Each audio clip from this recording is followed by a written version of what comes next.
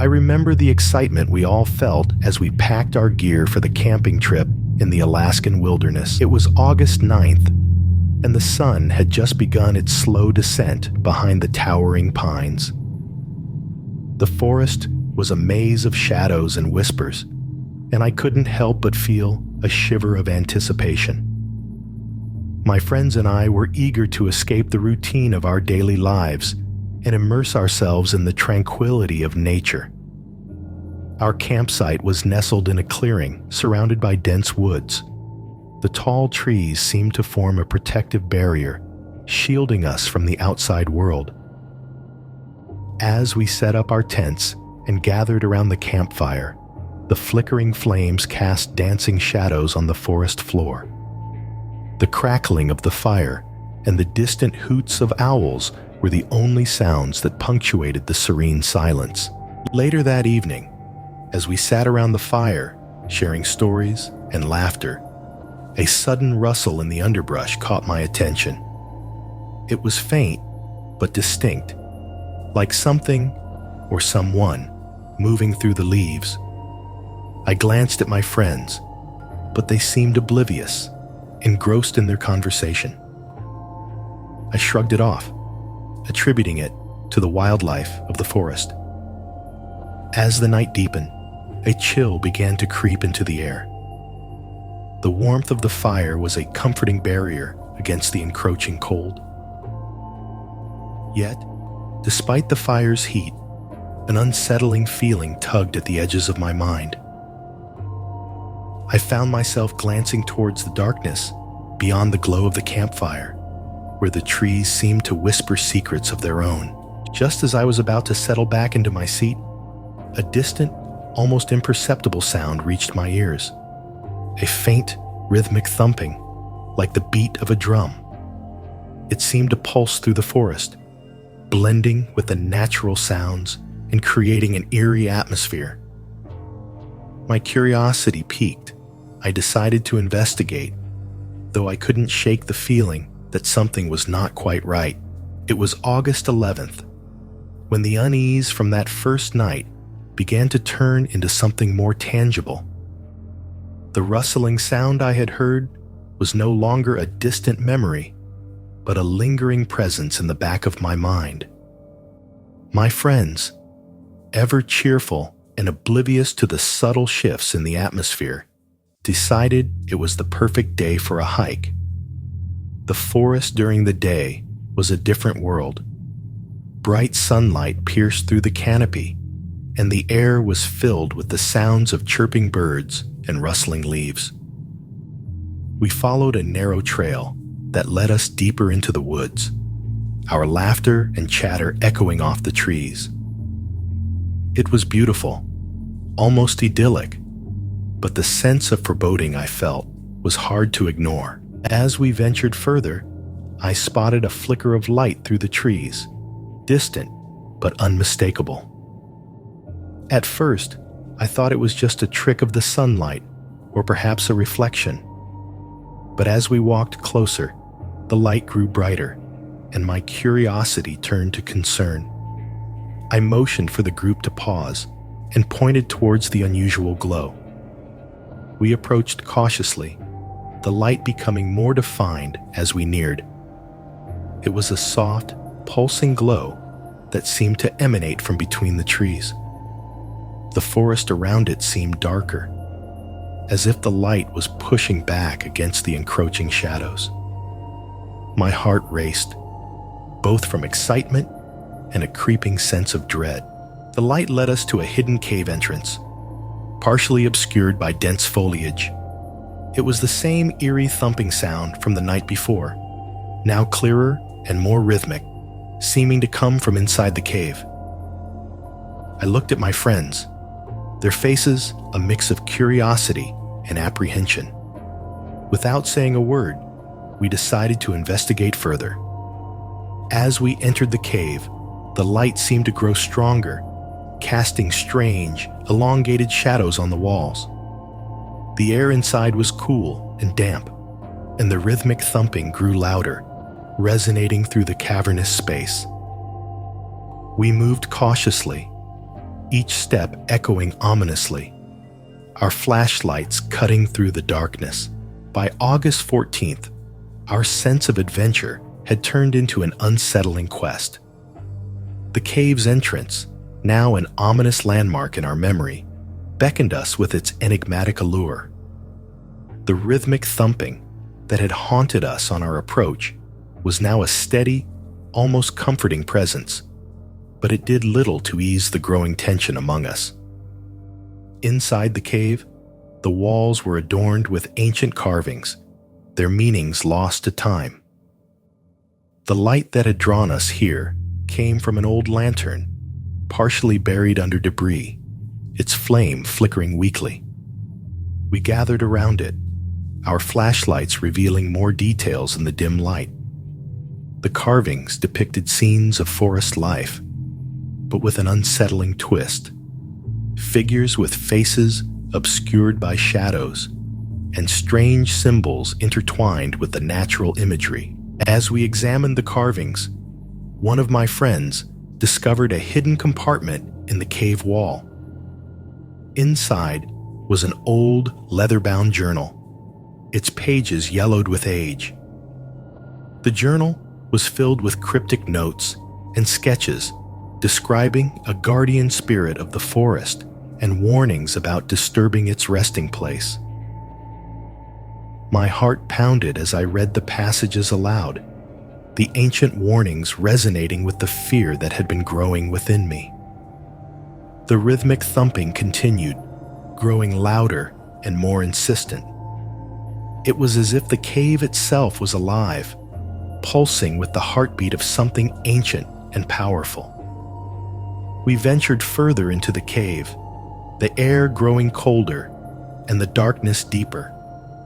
Every corner we turned seemed to bring us closer to the source of the sound, but it remained just out of sight. Eventually, we reached a chamber where the thumping was almost deafening. In the center of the room was a stone altar, and on it lay a peculiar object, a small, intricately carved wooden box. The thumping seemed to emanate from within the box, creating a sense of anticipation and dread. With trembling hands, we approached the altar, the mystery of the box consuming our thoughts. It was August 16th when we finally gathered the courage to open the mysterious wooden box. The cave's cold, damp air seemed to grow heavier with anticipation as we pried the lid open. The rhythmic thumping, which had been so unsettling, ceased abruptly, leaving an eerie silence in its wake. We peered inside, our flashlights casting long shadows over its contents. Inside the box was an old, tarnished brass medallion, engraved with the same symbols we had seen on the cave walls. Surrounding it were various trinkets, pieces of broken jewelry, faded photographs, and a few handwritten notes. Each item seemed to tell a story of its own, but it was the medallion that drew our focus. Its intricate design seemed almost alive, the symbols shifting and swirling as we examined it. One of my friends, Emily, took the medallion and began to decipher the notes. They were written in a mix of English and an ancient dialect, detailing the legend of a forest guardian who protected the land from those who sought to exploit it. The medallion was said to be a key, a symbol of the guardian's power, and a warning to those who dared to disturb its resting place. As Emily read aloud, the air in the cave seemed to grow colder. A chill ran down my spine as I felt an inexplicable sense of dread. The cave, once a place of curiosity, now felt like a living entity, watching and waiting. The shadows on the walls seemed to move with a life of their own, and the rhythmic thumping had returned, louder and more urgent. The tension among us was palpable. We debated whether to leave the cave and abandon the medallion, but curiosity and a sense of responsibility kept us from making a quick decision. The medallion, after all, seemed to hold the key to understanding the strange occurrences and the forest's dark secrets. As we prepared to leave, the cave seemed to react to our decision. The temperature dropped even further, and a low, guttural sound reverberated through the chamber. The atmosphere was thick with an oppressive sense of foreboding, as if the cave itself was warning us of impending danger. We quickly packed up the items, our hearts racing, and made our way back to the entrance, the sense of urgency growing with each step. By August 18th, our nerves were frayed from the intense experiences we had faced in the cave. We had decided to return to the campsite, but the shadows of the forest seemed darker and more menacing than ever. The medallion, which we had wrapped carefully and hidden in our gear, felt like a heavy burden we could not escape from. The forest, which had once seemed welcoming, now felt like a labyrinth of darkness. The trees seemed to close in around us, their branches forming twisted shapes that cast ominous shadows on the ground. The thumping sound from the cave had not ceased. It followed us like a persistent heartbeat, growing louder with each step we took. As we reached the clearing where our campsite was set up, we noticed something unsettling. The campfire, which we had left burning low, was now extinguished, and the tents were eerily quiet. We called out to one another, but there was no response. A cold sweat broke out on my forehead as I realized we were alone. No sign of our previous camaraderie, just the oppressive silence of the forest. Suddenly, the forest erupted in a cacophony of sounds: rustling leaves, snapping branches, and a deep, resonant growl that seemed to come from all around us. The light of our flashlights flickered, as if struggling against an unseen force. The medallion, which I had taken out to show my friends, began to glow faintly, its symbols pulsing in time with the thumping sound that now seemed to come from the very heart of the forest. Out of the darkness emerged a figure, cloaked in shadows. Its form was indistinct, but the presence was unmistakably malevolent. It moved with a grace that belied its apparent threat, its eyes glowing with an otherworldly light. We stood frozen, paralyzed by fear and the realization of our mistake. The guardian of the forest, as described in the journal, was now before us. It spoke in a voice that seemed to resonate from within the very earth, a deep, rumbling sound that echoed with ancient power. It was clear that the medallion we had taken was not just a symbol, but a key to awakening the guardian's wrath. We had violated a sacred trust, and the consequences were unfolding before us. With trembling hands, we returned the medallion to the box and placed it back on the altar.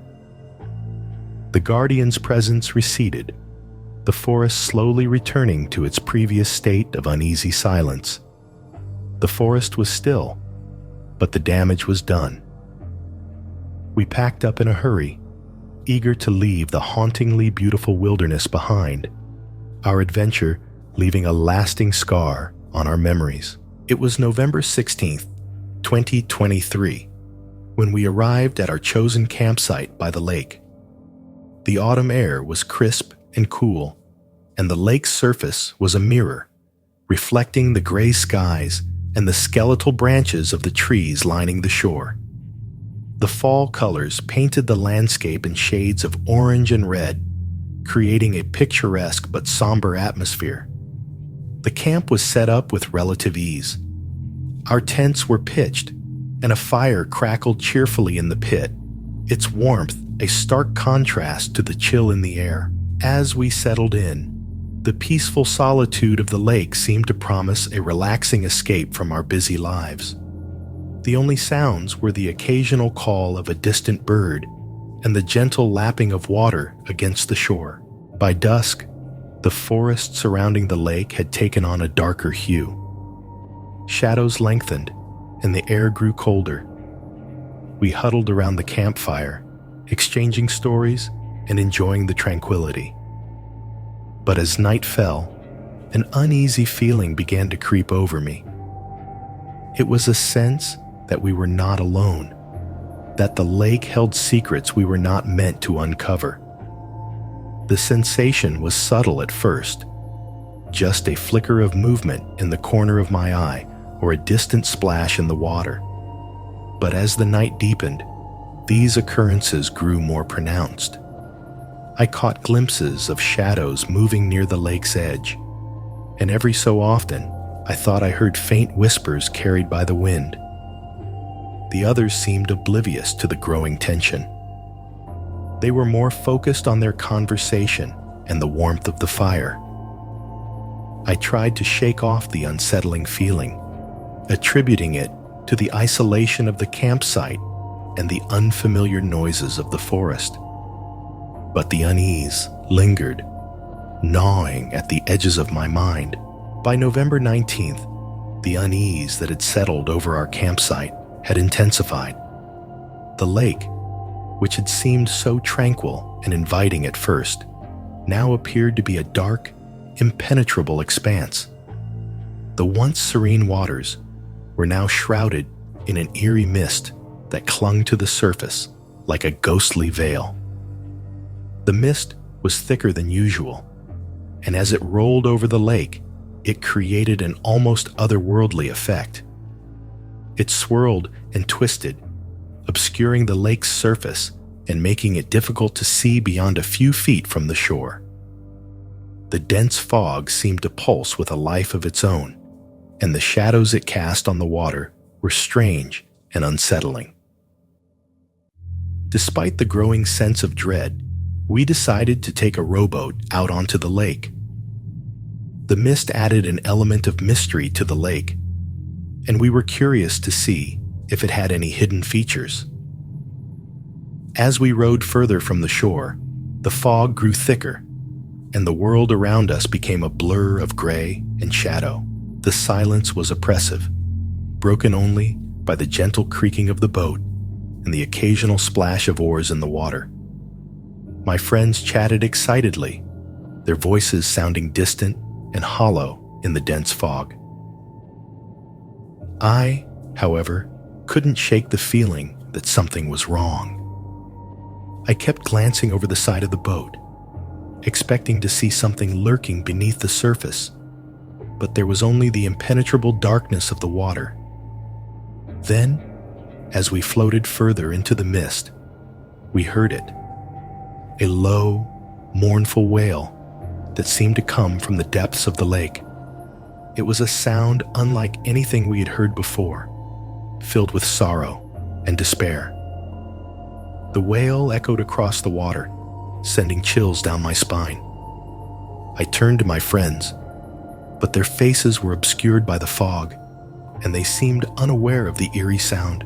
As the wail subsided, the mist around us seemed to grow thicker, and the boat began to drift aimlessly. I tried to paddle back towards the shore, but it was as if the lake itself was resisting our efforts. The sense of being trapped in the fog, with the mournful cry still lingering in the air, created an overwhelming feeling of claustrophobia. The days blended together as the fog remained stubbornly in place, casting an unsettling shroud over our campsite by the lake. The once clear, crisp autumn air was now thick with a pervasive sense of dread. Each night, the fog would roll in, enveloping the camp and making it feel as though we were isolated from the rest of the world. One evening, while the others were engaged in their usual activities, I noticed a peculiar sight. A small, shadowy figure moving near the edge of the lake. It was difficult to discern through the mist, but it appeared to be moving with a deliberate, almost gliding motion. My heart pounded as I squinted into the haze, trying to make sense of the apparition. I hesitated for a moment, then decided to investigate. I grabbed a flashlight and made my way to the lake's edge, the ground squelching beneath my boots. As I approached the area where I had seen the figure, the mist grew even denser, making it nearly impossible to see more than a few feet in front of me. Suddenly, the flashlight beam illuminated an old wooden boat, partially hidden by overgrown reeds. Its surface was worn and weathered, with patches of rot and mold. The boat seemed out of place, as if it had been abandoned for years. I cautiously climbed inside, hoping to find some clue about the strange figure or the eerie wail we had heard. As I explored the boat, I found an old, leather-bound journal lying in the bottom. Its cover was cracked and faded, but it was still intact. I flipped through the pages, which were filled with hastily scrawled notes and sketches. The entries spoke of a local legend, an old tale about a lost soul who haunted the lake, seeking vengeance for an unknown wrong. The more I read, the more the legend seemed to align with the eerie occurrences we had experienced. The mist, the wail, and the shadowy figure all seemed to be connected to the story of this lost soul. The journal's final entry was particularly chilling, describing how the spirit could be summoned by those who dared to disturb its resting place. The weight of the journal's revelation settled heavily on my shoulders.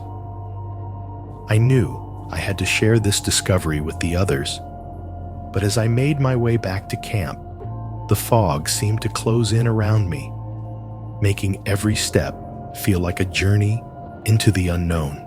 With the journal in hand, I hurried back to the campsite, my mind racing with the implications of what I had discovered. The mist had thickened even more, and the campfire's glow barely penetrated the oppressive fog. I found my friends huddled around the fire, their faces etched with worry as they glanced towards the lake, which now seemed even more menacing. I laid the journal out for them to see, and as I recounted the legend and my eerie experience, their unease grew palpable. The stories of the lost soul and its quest for vengeance resonated with the strange events we had been witnessing. The mood shifted from casual curiosity to genuine concern. The realization that our actions might have disturbed something that had lain dormant for years was sobering. We decided to take the boat back out onto the lake, this time with a renewed sense of purpose. Armed with the journal's information, we hoped to confront whatever lay hidden in the fog and perhaps lay the spirit to rest. As we rowed out, the lake seemed even more unnervingly quiet, the mist swallowing every sound and sight. The boat drifted toward a spot that the journal had described as significant, a place where the mist was thickest and the air felt unnaturally cold. We stopped, our breaths visible in the frigid air, and I could feel the weight of the spirit's presence pressing down on us. The lake's surface was eerily calm, the water reflecting the misty shroud above. We performed a ritual as outlined in the journal, hoping to appease the restless spirit. We spoke the incantations and placed offerings into the water, the words feeling hollow and inadequate against the overwhelming silence. As we completed the ritual, the mist began to clear, and for a moment, the lake seemed almost serene. But as the fog lifted, an unsettling change occurred. The air grew colder, and the once clear water began to churn as if something beneath was awakening. The shadows in the water swirled and coalesced, forming a dark, indistinct shape. It was as though the spirit had been disturbed once more, and its anger was palpable. The shape moved closer to the boat, and the mournful wail we had heard before rose again, more intense and sorrowful than ever. The sense of foreboding grew stronger, and I could feel the oppressive weight of the spirit's anguish. We knew we had done all we could, but it felt as though the spirit's unrest was far from over. The eerie wail grew louder, a haunting sound that seemed to pierce through the thinning mist. The dark shape in the water drew closer, its form becoming more defined and ominous. Panic surged through me as the boat rocked violently, and my friends gripped the sides, their faces pale with fear. The lake, once a placid surface, was now a roiling maelstrom of shadow and darkness. The spectral form emerged more clearly from the depths, an apparition of a figure, draped in tattered clothing, with hollow eyes that glowed with an unsettling light. The spirit seemed to reach out towards us, its hand-like appendages moving in a slow, deliberate manner. We huddled together, trying to stay calm amidst the chaos. The journal had warned of the spirit's power, but nothing could have prepared us for the sheer intensity of its presence. The wail seemed to echo from the very core of the lake, reverberating through the water and into our bones. In a desperate attempt to appease the spirit, we threw more offerings into the water, pleading with it to find peace. But the spirit's anger only intensified. The wind howled around us, and the mist surged back in, obscuring our view. The boat rocked violently, and the temperature plummeted, making it hard to breathe. Just when it seemed that the situation was beyond our control, the spectral form began to retreat, slowly sinking back into the depths. The mist began to clear again, though the lake remained restless. The wail faded to a distant echo, and the oppressive atmosphere lifted slightly, though a palpable sense of unease lingered. We paddled back to shore as quickly as we could, our hands trembling from the cold and fear. The camp was still as we left it, but the familiar comfort of the campfire now seemed inadequate against the lingering sense of dread. We gathered around the fire, exhausted and shaken by the night's events. As we sat in silence, reflecting on what had transpired, it became clear that we had barely managed to escape the spirit's wrath. The lake, now shrouded in a lingering mist, held its secrets tightly, and the restless spirit remained a haunting presence in our minds. The experience left us with more questions than answers. We had confronted the unknown and survived, but the spirit's final, mournful wail served as a chilling reminder of the mysteries that lay hidden in the depths of the lake. On June 14th, 2024, we arrived at a remote cabin deep in the Alaskan wilderness. The snow-covered landscape stretched out in every direction, the stark white of the snow contrasting sharply with the dark, looming pine trees. The isolation was both exhilarating and intimidating, as the nearest neighbor was miles away, and the cabin itself looked weathered and ancient. The air was crisp, and the silence was profound, broken only by the crunch of snow underfoot and the occasional call of a distant animal.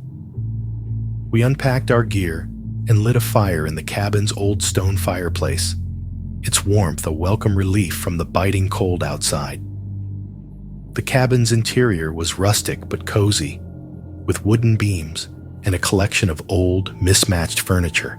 As night fell, the temperature dropped rapidly, and the darkness outside seemed to envelop the cabin like a shroud. We gathered around the fire, sharing stories and enjoying the serene solitude. But the silence of the wilderness outside was occasionally pierced by strange, faint sounds, a low, mournful moan that seemed to drift in from the snow. Despite the eerie sounds, we tried to settle in for the night, the fire crackling and casting flickering shadows on the walls. The cabin seemed to come alive in the darkness, the old timbers creaking and groaning, as if the house itself was responding to the cold. The feeling of isolation was palpable, and a sense of unease began to creep into our comfortable evening. By the morning of June 15th, the snow outside had become a blanket of pristine white, undisturbed by any sign of wildlife or human activity. The cabin, with its thick walls and drafty windows, felt like a fortress against the cold. We decided to explore the surrounding area, hoping to find some sign of the sounds we had heard the night before. As we ventured into the snow-covered forest, the landscape was both beautiful and foreboding. The trees, heavy with snow, cast long shadows across the ground, and the air was filled with the crunch of our footsteps. We stumbled upon a small, partially buried object near a frozen creek, a rusted metal box, half buried in the snow. Curiosity got the better of us, and we pried the box open. Inside were old, yellowed papers and a few personal items, photographs of people we didn't recognize, and a journal with entries dating back to the early 1900s. The journal was filled with disjointed notes about strange occurrences and a growing sense of dread experienced by the writer, who had been staying in the very cabin we were now in. The entries spoke of ghostly figures seen through the window, strange noises in the night, and a creeping sense of being watched. As we read the journal, the temperature inside the cabin seemed to drop, and a chill ran down our spines. The feeling of being observed, which had been so faint the previous night, now seemed to intensify. As night fell on June 15th, the cabin took on a new, unsettling atmosphere. The wind howled outside, and the snow battered against the windows with increasing intensity. We huddled around the fire, the warmth barely penetrating the growing sense of dread that had settled over us. The journal's accounts seemed to have stirred something, and the eerie sounds from the previous night had returned, louder and more persistent.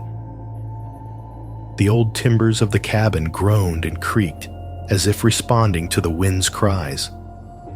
Shadows danced on the walls, twisting into shapes that seemed almost alive.